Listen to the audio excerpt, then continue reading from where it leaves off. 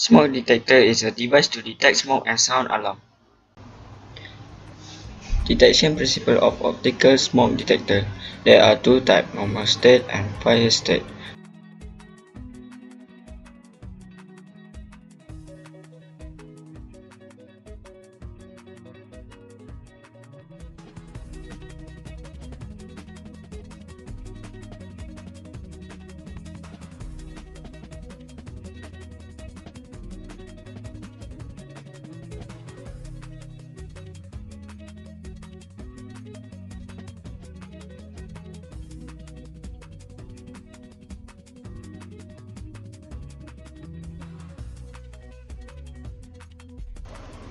The places of use to optical smoke detector: stores, schools, hotels, boardrooms, work centers, hospitals, and storages.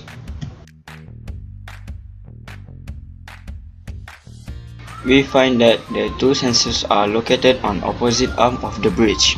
With no smokes present, the balance adjuster style is used to ensure that the voltage V between points A and B is 0 volt and the resulting current through the primary of the sensitive relay is 0 amperes.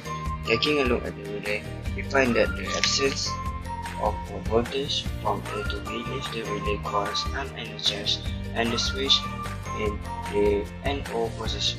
Recall that the position of a relay switch is always known in the unenergized state. An unbalanced situation results in a voltage across the coil and activation of the relay, and the switch moves to the NC position to complete the alarm sequence and activate the alarm. Relay with two contacts and one movable arms are called single pole double throw SPDT relays.